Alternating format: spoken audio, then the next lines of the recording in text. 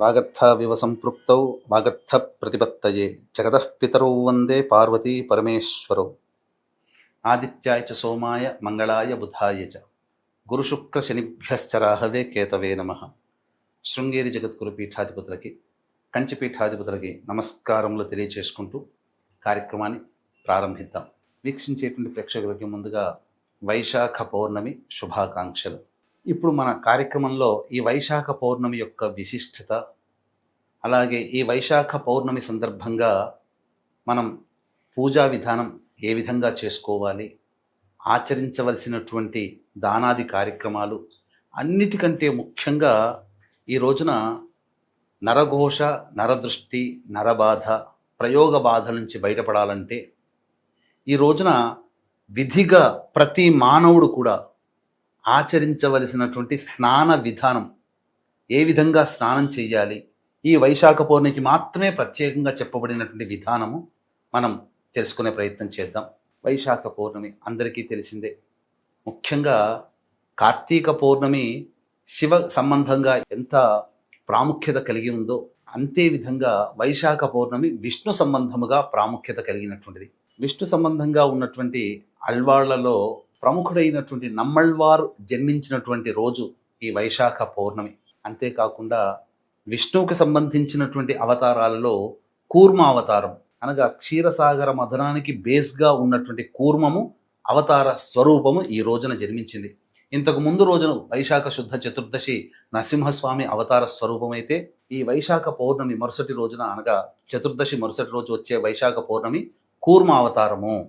అందుకనే మనకు శ్రీకాకుళం జిల్లాలో ఉన్నటువంటి శ్రీకూర్మంలో ఈ రోజున విశేషంగా పూజాది కార్యక్రమాలు జరపబడతాయి. అంతేకాకుండా ఎక్కడ విష్ణు సంబంధమైనటువంటి దేవాలయాలు ఉన్నా ఆ విష్ణు సంబంధముగా ఈ రోజున విశేషమైనటువంటి కళ్యాణాలు, స్వామివారికి పూజాది కార్యక్రమాలు జరపబడతాయి.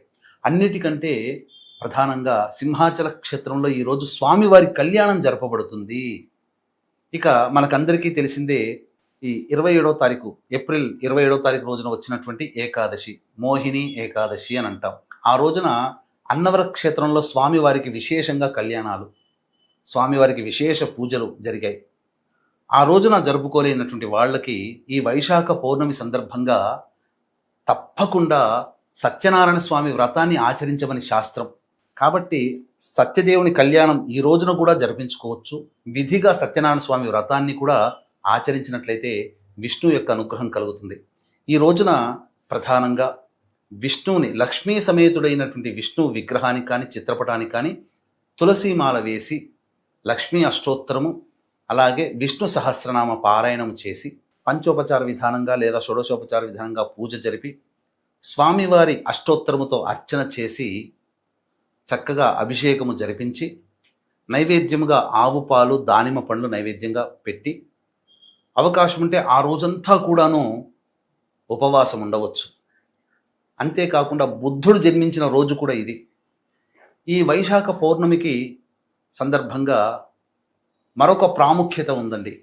అంతకు ముందు రోజు అయినటువంటి వైశాఖ చతుర్దశి ఏప్రిల్ 30వ తారీఖు రోజున నరసింహస్వామి వారు అగ్రహోద్రగ్ర రూపముతో ఉద్భవించి రాక్షస సంహారం చేసినా కానీ ఆయన కోపతాపాలు తగ్గకపోతే సాక్షాత్తు పరమేశ్వరుడే కృత్య, ప్రత్యంగిర ఈ 2 దేవతల్ని తన 2 రెక్కల్లో నింపుకొని శరభేశ్వర అవతారం అనేటువంటిది ఎత్తడం జరిగింది ఈ వైశాఖ పౌర్ణమి రోజునే. కాబట్టి ఇది చాలా మహిమాన్వితమైనటువంటి రోజు అని చెప్పడంలో ఏమాత్రం సందేహం లేదు.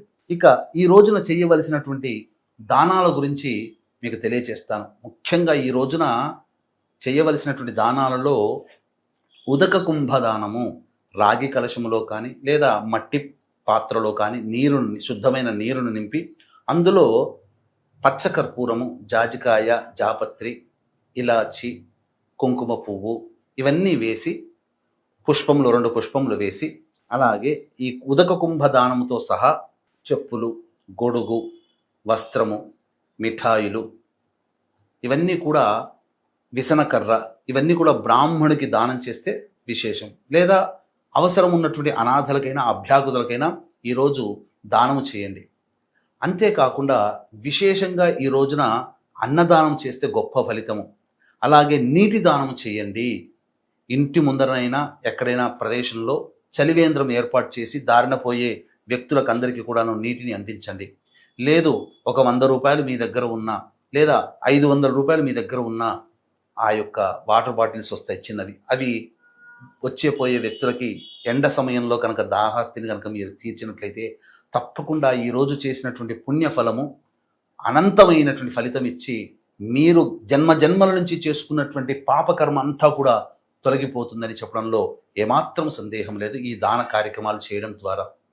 అయితే విశేషంగా ఈ రోజున స్నానం ఆచరించే విధానం గురించి మనం తెలియచేసుకుందాం.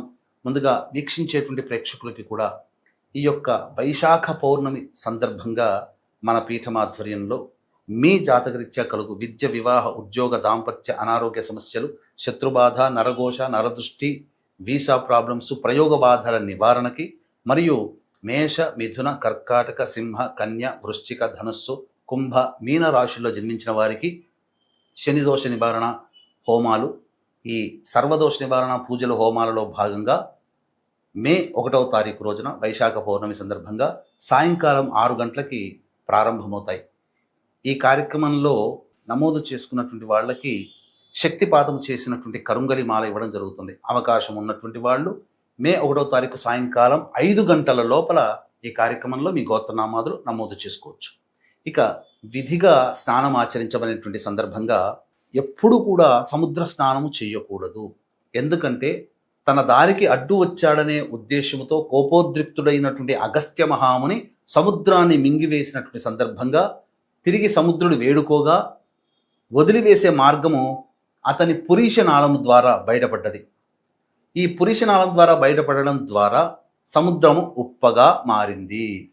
అప్పటి నుంచి అందుకనే తాగడానికి ఆమోదయోగ్యము కాదు. అందుకనే ఎల్లవేళలా అపవిత్రమవుతాం సముద్ర స్నానము గనక చేసినట్లయితే. అందుకే సముద్రము దాటి వెళ్ళినటువంటి వ్యక్తికి మళ్ళీ తిరిగి వచ్చిన తర్వాత ప్రాయశ్చిత్తాలు చేసుకోవాలని చెప్పి శాస్త్రం. అందుకే మనం సముద్రం దాటకూడదు. కానీ ఈ సముద్రుడు అపవిత్రుడైనటువంటి కారణం చేత వేడుకోగా కొన్ని ప్రత్యేకమైనటువంటి పర్వదినాలలో ఈ సముద్ర స్నానం ఆచరించడం చెప్పబడింది. అటువంటి పర్వదినాలలో మహిమాన్వితమైనటువంటిది వైశాఖ పౌర్ణమి. ఈ వైశాఖ పౌర్ణమి సందర్భంగా సముద్ర స్నానము విధిగా ఆచరించాలి. అయితే ఎవరైతే నరఘోష, నరదృష్టి, నరబాధలతో ఇబ్బంది పడుతున్నారో, సమస్యలతో ఇబ్బంది పడుతున్నారో, ప్రయోగ బాధలతో ఇబ్బంది పడుతున్నారో అటువంటి వాళ్ళు కరక్కాయ తీసుకొని సముద్రానికి ఎదురుగా ఉండి క్లాక్ వైజ్ డైరెక్షన్గా 3 సార్లు, యాంటీ క్లాక్ వైజ్ డైరెక్షన్గా 3 సార్లు తల చుట్టూ తిప్పి ఆ సముద్రంలో వేసి సముద్ర స్నానం ఆచరించండి. తద్వారా ఈ వైశాఖ పౌర్ణమి సందర్భంగా ఈ విధంగా చేసినటువంటి సముద్ర స్నానం ద్వారా మీకున్నటువంటి నిజంగా ప్రయోగ బాధలు, నరదృష్టి, నరఘోష తొలగిపోతాయి. ఒకవేళ ఇది తంత్రశాస్త్రంలో చెప్పిందండి కాబట్టి ఖచ్చితంగా ఫలితం ఇస్తుంది. ఒకవేళ ఇప్పుడు నగరాల్లో సముద్రం ఉండదు కదండి, మరి అటువంటి మేమేం చెయ్యాలి అని చెప్పి చాలామంది అడగవచ్చు. అటువంటి సందర్భంగా సముద్రము ద్వారా లభ్యమయ్యేటువంటి వస్తువుల్లో ప్రధానమైనటువంటిది గళ్ళ ఉప్పు. కాబట్టి మనం స్నానం చేసే బకెట్ నీటిలో గళ్ళ ఉప్పు వేసి కరిగిపోయిన తర్వాత కరక్కాయని 3 సార్లు clockwise, anti clockwise డైరెక్షన్గా తిప్పి ఆ నీటిలో వేసి ఆ స్నానము చేసినట్లయితే తప్పకుండా సముద్ర స్నానం చేసినటువంటి పుణ్య ఫలితం మన ఇంట్లో ఉన్నాయని దక్కుతుంది. ముఖ్యంగా ఆ సముద్రం విధానంగా సముద్రంలో కానీ లేదా ఇంట్లోనైనా చెప్పిన విధంగా స్నానం ఆచరించినటువంటి వాళ్ళు అగస్త్య మహామునిని మనసారా స్మరించుకుంటూ స్నానం ఆచరించండి. తప్పకుండా మీకు ఆ స్నాన ఫలితం దక్కుతుంది. అలాగే మహామహిమాన్వితమైనటువంటి వైశాఖ పౌర్ణమి సందర్భంగా ఈ సంబంధించినటువంటి మీ జాతకరీత్యా కలుగు అన్ని రకాల సమస్యల నివారణకి సర్వదోష నివారణ పూజల హోమాలు సాయంకాలం 6 గంటలకి ప్రారంభమవుతాయి. కాబట్టి మే 1వ తారీఖు సాయంకాలం 5 గంటల లోపల మీరు గోత్రనామాదులు నమోదు చేసుకోవచ్చు.